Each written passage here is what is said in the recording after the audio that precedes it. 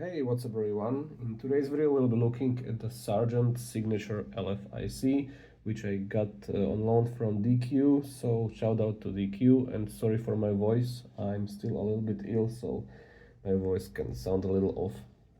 Anyway, so this is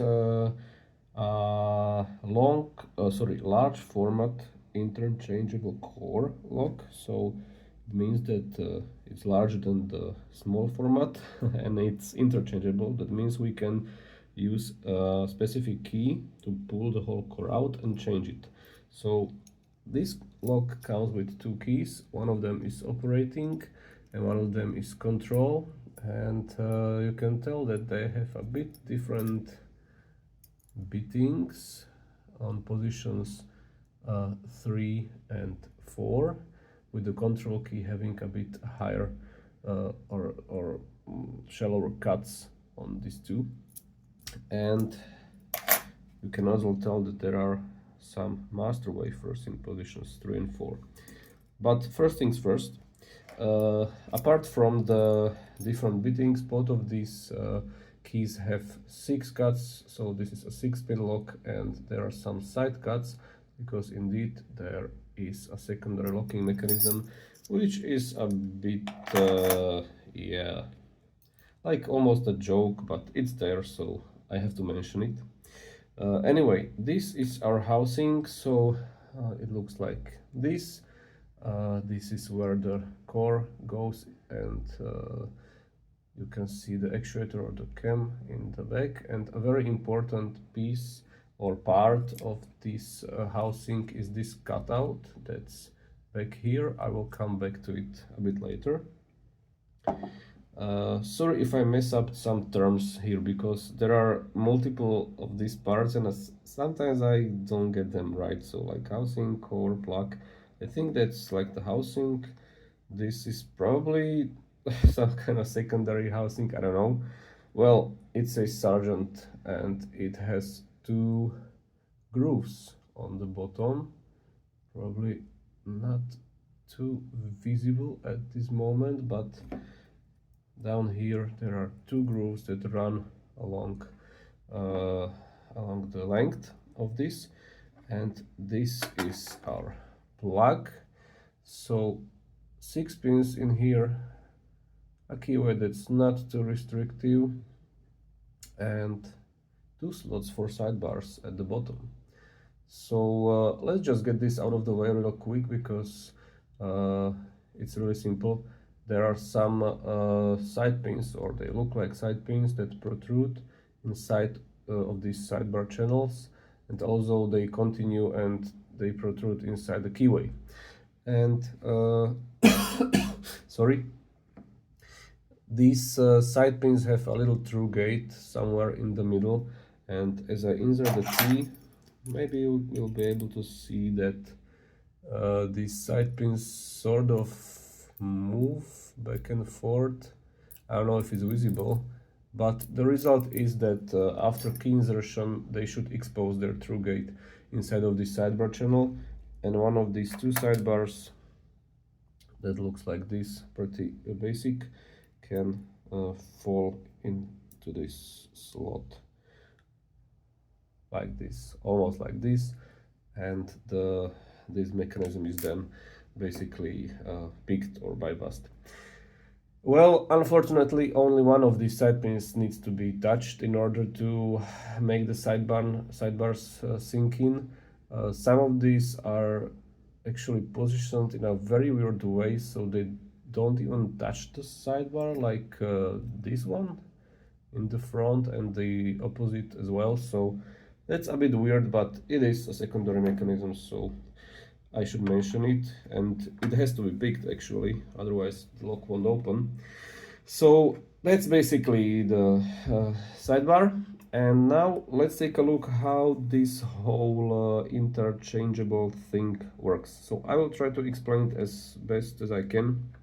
So I think this is called a control lug, and this is a very important piece of hardware for this whole operation. You can see it also has 2 slots for the sidebar, because if I join it with this secondary housing or whatever it is it forms nice two channels on the bottom for the sidebars.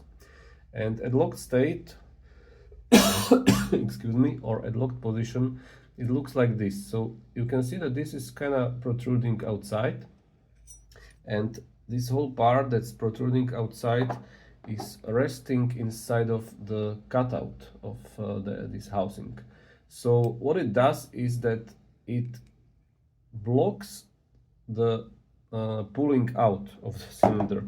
Okay, so it basically prevents you to pull out the whole plug or the core. So yeah, that's what it does. If I insert an operating key, a shear line will be created where I can rotate with the plug. I can open the lock, but I will not be able to pull the core out because it will be blocked by two pins that are in chambers 3 and 4. But if I insert the control key, basically a second shear line will be created, and then when I turn the key to the left, it will basically hide inside like this, and then I will be able to pull the whole core out. So basically that's the whole neat idea. So someone who is like a excuse me, like a landlord, or someone like it's like a owner will always be able to change the cylinder without calling a locksmith or someone like that. So that's how this whole thing works. In terms of picking, we can see that we only have some measly standard pins, like nothing too interesting. Everything is standard, no funky stuff going on, no overmilling in the plug, but the tolerances are actually extremely good. And they are so good that this lock behaved not only a bit tapered, but what I experienced, I don't know, maybe it's just me, that when I was trying to set a pin, like it was binding, and then like halfway as it was traveling up towards the shear, it stopped binding. So, well, the tolerances are pretty good. So I had to like alternate between two pins, and I like pushed them up partly, and until they settled above the shear, it took me a while. So the tolerances are really good. And if you ask many advanced or really good pickers what kind of security pin or what kind of pin can throw them off balance, many will tell you a standard pin. Excuse me, sorry, it's the cough. Because a well executed standard pin is often pretty challenging for advanced pickers, because you just don't expect it, right? So this log is something like that. So yeah, that's basically all I wanted to say. Sorry for the coughing, I'm still not fine, but hopefully with the next video everything will be good. So let's go ahead and get this lock picked. And sorry, I almost forgot to mention, to pick this lock I used two of these Moki flat hooks and this Sparrow spray bar. I think it's 1.3 millimeters, I'm not sure, one of them. All right, let's go ahead and get it picked. All right, here we go.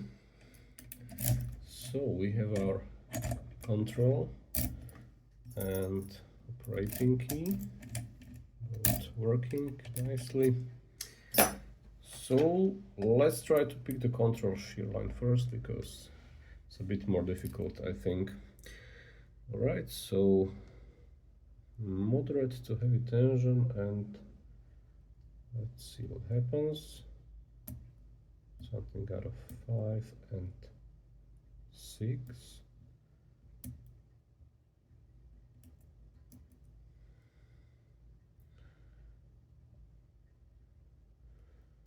Nothing on 1 and 2. Okay, more feedback out of 5. We'll click on 2.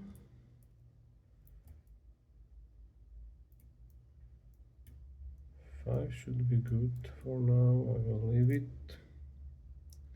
more tension, and let's check. 1, okay, I think that was a nice click there.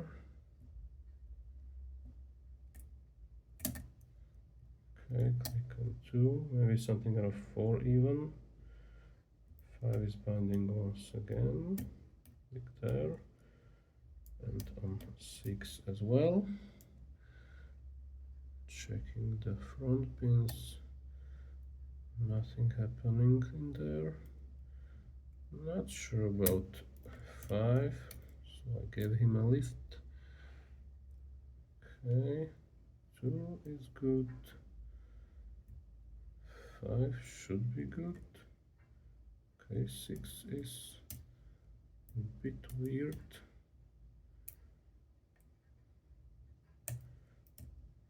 Okay, I think we have something I can call a false set. Let's try the side pin. Okay, click there. 3 is binding. Another click. And I would expect something to happen now, but nothing's happening just yet. Okay. 3 is good. Okay, now it's good. All right. So let's not mess this up. I'll just try to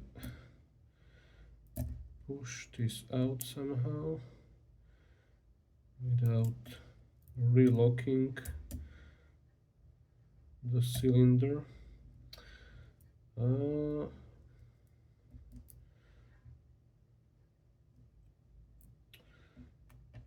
Okay, this is good. Right, so obviously we have our control sheet line. I think I can relock now. Okay, well, let's get to cutting. Okay, just give me a second. I need a bit of space here.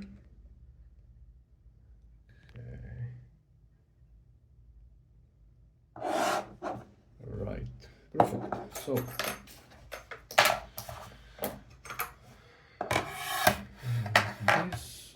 this and this. Okay, so this circle is actually pretty soft, so I can just push it like this, I think.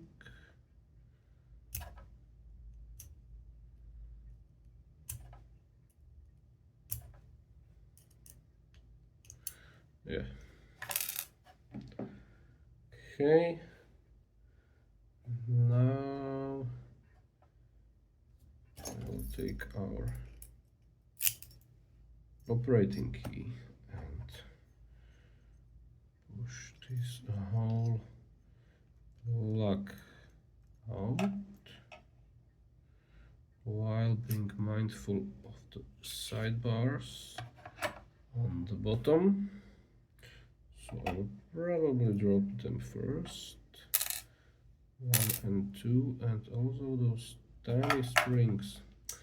Yeah, I guess I will just I will take them out before I lose something, and I hate to lose them.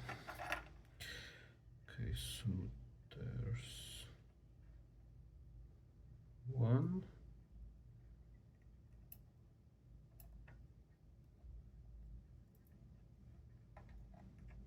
2,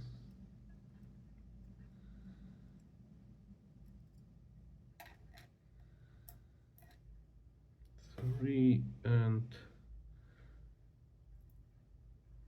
4. Nice. Okay, so we can start dumping the key pins.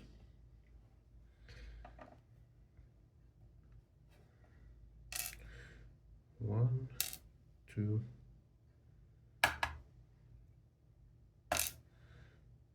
3, 4, 5, 6. That's all I can take out of the plug non-destructively. And now the drivers.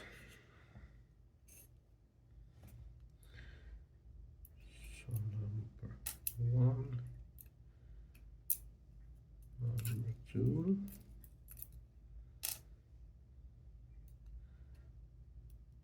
3 should have 2.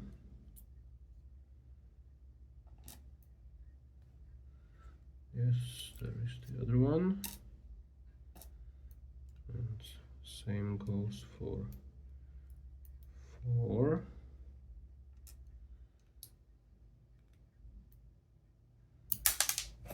Got it. And these are just single drivers. Perfect. Okay, this goes off like this. And what about the springs? I think this one is different.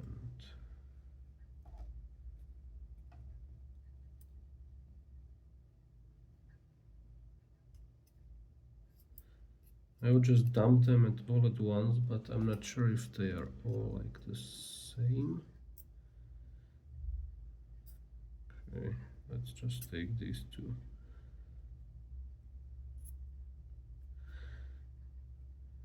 Or will I just dump it? I will.